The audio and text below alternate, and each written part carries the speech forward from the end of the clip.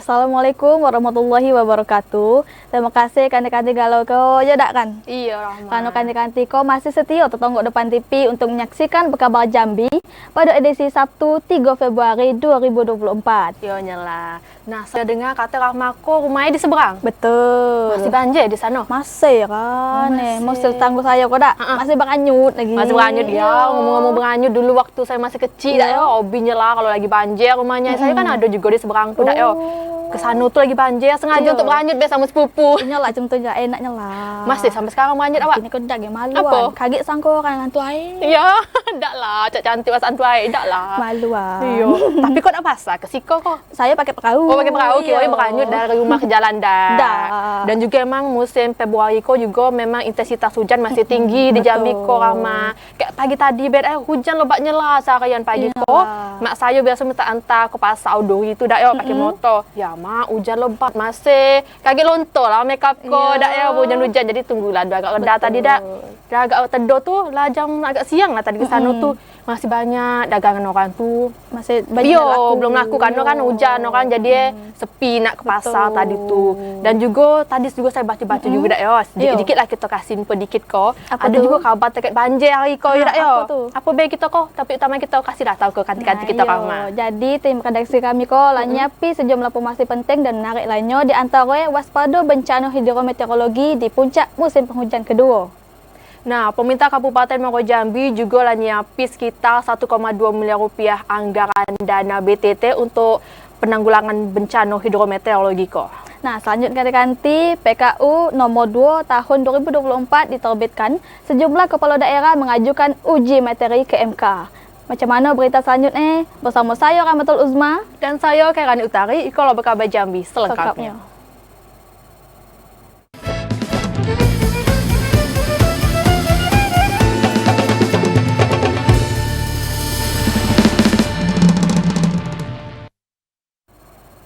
Nah, kanti-kanti mengawali berita kita pada siang iko, puluhan rumah warga di Desa Tanjung Mudo, Kecamatan Hamparan Kawang, Kota Sungai Penuh, tergenang banjir. Ketinggian air yang mencapai 1 meter membuat warga terpaksa bertahan di tenda pengungsian. Hampir sebulan banjir merendam puluhan rumah warga Desa Tanjung Mudo, Kecamatan Hamparan Kawang, Kota Sungai Penuh. Ketinggian air nyampe semeter, bikin warga terpaksa harus bertahan di tenda pengungsian. Selain ngerendam rumah warga, banjir juga ganggu aktivitas warga yang mayoritas kerjanya sebagai petani. Salah seorang warga akhirnya mengatakan banjir lah genangi rumah warga sejak sebulan kok.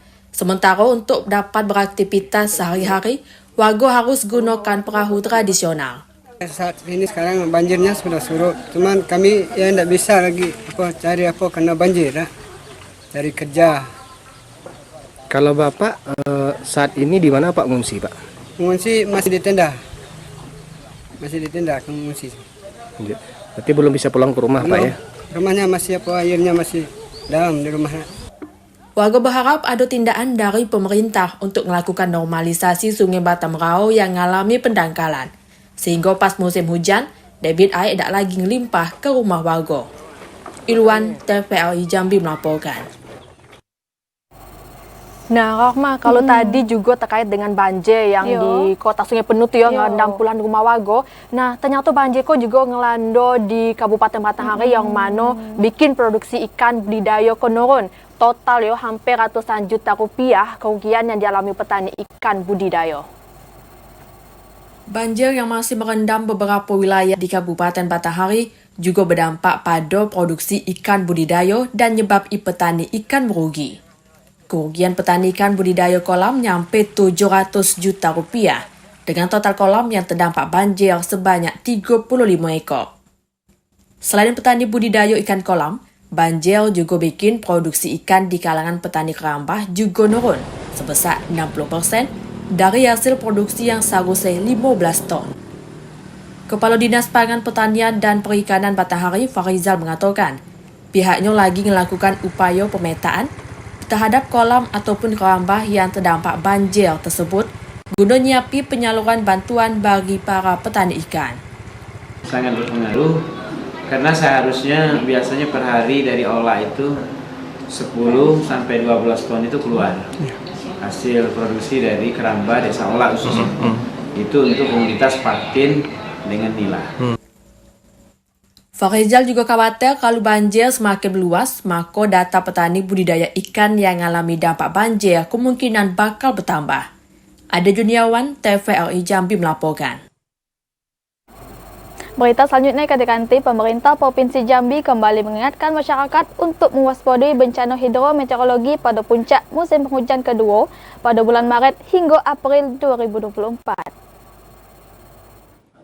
Pemerintah Provinsi Jambi kembali mengingatkan kepada masyarakat untuk tetap mewaspadai munculnya bencana hidrometeorologi di puncak musim penghujan kedua di tahun 2024 ini. Khususnya untuk bencana banjir dan banjir bandang, serta tanah longsor akibat tingginya intensitas hujan. Sekretaris Daerah Provinsi Jambi Sudirman mengatakan, berdasarkan prediksi BMKG, puncak musim penghujan kedua di wilayah Provinsi Jambi akan kembali terjadi pada bulan Maret hingga April mendatang.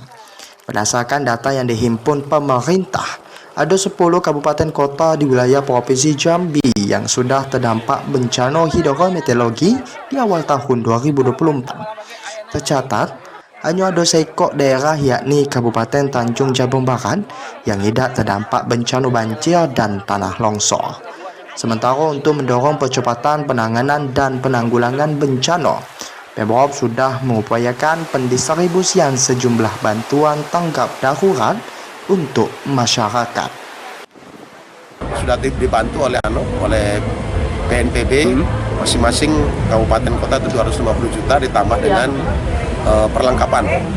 Ada matras, ada tenda, ada makanan sebagainya. Penekanan kita untuk kejadian bencana ini seperti apa pemerintah daerah? Mesti tetap waspada ya, karena kita akan memasuki lagi Puncak musim hujan kedua di akhir Maret sampai dengan April. Berdasarkan data yang dirangkum BNPB, total ada 575 desa dan kelurahan di Provinsi Jambi yang terdampak bencana hidrometeorologi di tahun 2024. Randy Arta, TP Jambi melaporkan. Dan tadi kanti-kanti banyak juga dari berbagai daerah yang terdampak banjir. Karena sebagai upaya penanggulangan bencana banjir yang melanda sejumlah desa, pemerintah Kabupaten Muaro Jambi lah nyiapi 1 miliar lebih anggaran BTT untuk tanggap darurat. Pemerintah Kabupaten telah mengalokasikan anggaran sebesar 1,2 miliar rupiah untuk nanggulangi bencana, terutama banjir yang kini lagi menerjang sejumlah desa di Kabupaten Muaro Jambi. Anggaran Niko merupakan BTT atau biaya tidak terduga yang disiagakan pada APBD pemerintah Kabupaten Muaro Jambi tahun 2024. Penjabat Bupati Muaro Jambi, Mbah Yudi Deliansyah mengatakan, BTT yang dianggari hingga kini belum digunakan untuk nanggulangi bencana banjir, karena anggaran siap pakai yang ada di dinas terkait untuk penanganan bencana masih nyukupi. Ini kita ada 1 miliar lebih, tapi kan posisinya masih belum kita gunakan karena APBD masih tersedia. Ya, kalau sekarang kan kita dibantu oleh DSP. DSP itu adalah dana siap pakai yang peruntukannya itu untuk mobilitas. Oke, nanti kalau memang itu habis, masih juga posisi tanggap darurat, kita gunakan dana BTT. Dengan peningkatan status jadi tanggap darurat bencana banjir, pemerintah Kabupaten Muaro Jambi juga menerima bantuan logistik dari BNPB Pusat. Bantuan yang diterima berupa sembako, makanan siap saji, selimut, matras, sabun cair, dan perlengkapan kebersihan atau hygiene kit. Masing-masing berjumlah 500 paket. Pemerintah Kabupaten juga dapat bantuan sikok set tenda pengungsian dari Badan Penanggulangan Bencana Nasional. Namun hingga kini pemerintah Kabupaten Muaro Jambi masih tunggu datangnya bantuan logistik tersebut. Azam Abnan, TVRI Jambi melaporkan. Nah, kanti-kanti jangan nak melala babo dulu karena kami masih akan balik dengan sejumlah informasi penting dan menarik lainnya. Di antaranya KPU Batanghari masih temukan kekeliruan pada simulasi pencoblosan. Tetaplah bersama kami.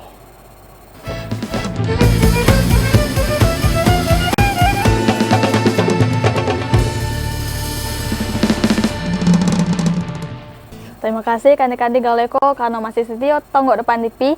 Nah, kabar selanjutnya kanti-kanti KPU Provinsi Jambi lah menerima peraturan KPU nomor 2 tahun 2024 tentang tahapan dan jadwal Pilkada serentak 2024. Tapi sejumlah kepala daerah justru mengajukan uji materi terhadap ketentuan pasal 201 ayat 7 atau 8 dan 9 Undang-Undang Pilkada ke Mahkamah Konstitusi. Komisi Pemilihan Umum Republik Indonesia telah menetapkan tahapan pemilihan kepala daerah atau Pilkada serentak 2024. Pemilihan atau pencoblosan akan dilangsungkan pada 27 November 2024 mendatang. Sementara itu, tahapannya sudah berjalan dari kiniko yang diawali dengan perencanaan program dan anggaran. Tahapan Pilkada 2024 IKO sesuai dengan peraturan KPU nomor 2 tahun 2024 tentang tahapan dan jadwal pemilihan gubernur dan wakil gubernur, bupati dan wakil bupati, serta wali kota dan wakil wali kota tahun 2024. Anggota KPU Provinsi Jambi, Fahru Rozi, mengatakan pihaknya akan melaksanakan seluruh tahapan IKO dengan mempedomani peraturan tersebut. Meski pilkada telah ditetapkan, namun 11 kepala daerah mengajukan uji materi atau judicial review terhadap ketentuan pasal 201 ayat 7, 8, dan 9 Undang-Undang Pemilihan Kepala Daerah ke Mahkamah Konstitusi. Pengujian pasal IKO berkaitan dengan desain keserentakan Pilkada Nasional 2024 yang dianggap bermasalah dan bertentangan dengan konstitusi. Desain Pilkada serentak dinilai telah merugikan 270 kepala daerah, terutama terkait dengan terpangkasnya masa jabatan para kepala daerah secara signifikan. Adapun 11 kepala daerah yang bertindak sebagai pemohon dalam gugatan IKO terdiri dari Gubernur Jambi, Gubernur Sumatera Barat, Bupati Kabupaten Pesisir Barat, Bupati Malaka, Bupati Kebumen, Bupati Malang, Bupati Nunukan, Bupati Rokan Hulu, Wali Kota Makassar, Wali Kota Bontang, dan Wali Kota Bukit Tinggi. Yogi Ramadhani, TP Jambi melaporkan. Nah, kanti-kanti pada pemilu kok emang banyak nyela prosesnya macam yang lagi dilakukan KPU Batang hari ko lagi melakukan tahapan pengemasan logistik pemilu. Nah, proses iko ditageti berakhir sampai 3 Februari 2024 hari ko. Nah, sebelum didistribusi ke kecamatan masing-masing. Proses pengepaan atau pengemasan logistik pemilu di Batanghari lagi dilakukan KPU Batanghari. Upaya IKO untuk memenuhi target batas akhir penyelesaian logistik pada 3 Februari mendatang sesuai ketetapan yang dikeluarkan KPU RI. Pengepaan logistik tersebut disesuaikan dengan jumlah kebutuhan di setiap TPS yang ada di 8 kecamatan. Ketua KPU Batanghari Ahmad Halim mengatakan, tahapan pengemasan barang logistik telah berjalan hampir sepekan dan jenis logistik yang telah selesai dikemas yakni DPRD Kabupaten, DPRD Provinsi Jambi, dan DPD RI. Sementara untuk logistik DPR RI dan Presiden dalam tahap pengemasan yang dikerjai langsung oleh anggota PPS sesuai wilayah kerjanya masing-masing. Logistik yang dikemas merupakan kotak suara, surat suara, serta formulir C hasil plano. KPU optimis semua logistik bisa diselesai sebelum waktu yang ditentukan sebelum didistribusi ke masing-masing kecamatan. Ada Juniawan, TVRI Jambi melaporkan. Nah, masih terkait berita pemilu kanti-kanti memantapkan proses pemilu 2024 IKO, KPU Kabupaten Batanghari melaksanakan simulasi pencoblosan dengan melibatkan langsung KPPS. Dalam pelaksanaan IKO ada beberapa kekeliruan yang menjadi catatan pihak penyelenggara. Pelaksanaan simulasi pencoblosan yang dilaksanakan KPU Batanghari dengan melibati langsung petugas KPPS merupakan salah satu bentuk pemantapan dalam menghadapi Pesta Demokrasi 2024 yang tinggal 11 hari lagi. Tahapan demi tahapan dilakukan petugas KPPS, mulai dari proses registrasi pemilih di TPS, pencoblosan hingga tahap akhir penghitungan suara. Namun dari tiap tahapan pencoblosan, pihak KPU masih menemukan beberapa kekeliruan yang dilakukan petugas KPPS. Salah sikonya, belum prioritasi pemilih disabilitas yang datang ke TPS. KPPS juga perlu teliti bikin laporan atau berita acara di formulir mode C terhadap hasil penghitungan dan kejadian yang ada di TPS. Komisioner KPU Batanghari Muhammad Nuh mengatakan, dengan adanya temuan Iko bakal jadi catatan KPU untuk dilakukan evaluasi di jajaran KPPS. Untuk lebih matangi pemahaman petugas KPPS pada pencoblosan, KPU lah ngasih pembekalan serta buku panduan pelaksanaan pencoblosan. Ade Juniawan, TVRI Jambi melaporkan. Nah, ganti-ganti kalau tadi juga udah dilakukan pengemasan logistik, ternyata juga ada simulasi untuk pencoblosan lagi, Rama. Ikut kemarin? Nggak. Tapi pengen lagi ikut? Pengen lah. Saya juga pengen lagi lah, coba-coba. Gimana tahunnya akan datang lagi, kalau ada lagi. Nah, ganti-ganti jangan wanjak dulu, karena usai nak nempuh ikut, kami bakal balik hadir dengan sejumlah informasi penting dan menarik lainnya. Di antara, Pemprov akan kaji permohonan pembukaan pengangkutan batu bara dari Kementerian SDM. Tetaplah bersama kami.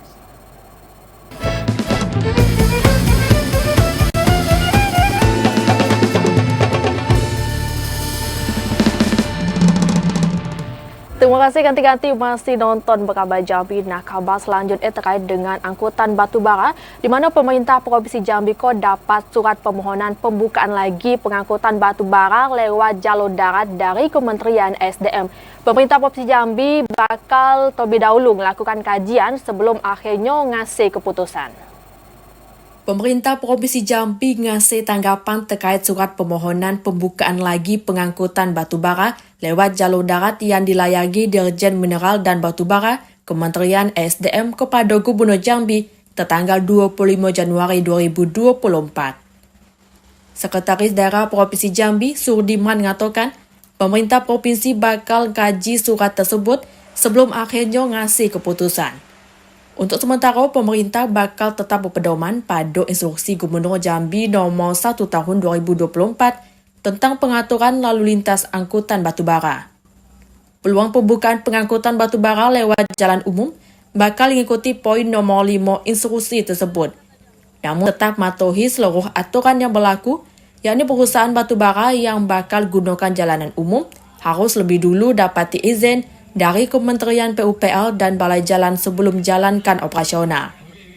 Berdasarkan informasi yang disampaikan Kementerian SDM, total ada 28 perusahaan batubara yang telah berkomitmen untuk memenuhi pasokan bagi PLN.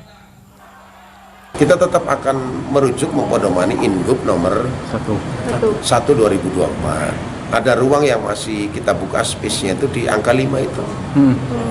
Jadi izin. Tetap menggunakan izin, kita memperbolehkan misalnya angkutan batubara untuk menggunakan fasilitas jalan nasional, tapi izin dengan balai jalan, dengan Kementerian PU.